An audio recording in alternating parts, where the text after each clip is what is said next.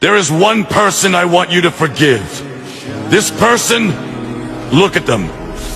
Who do you see in this dark screen? Yes, it's you. Forgive yourself. Accept all of your imperfections, your failures, your past fuck-ups, your trauma, your situation.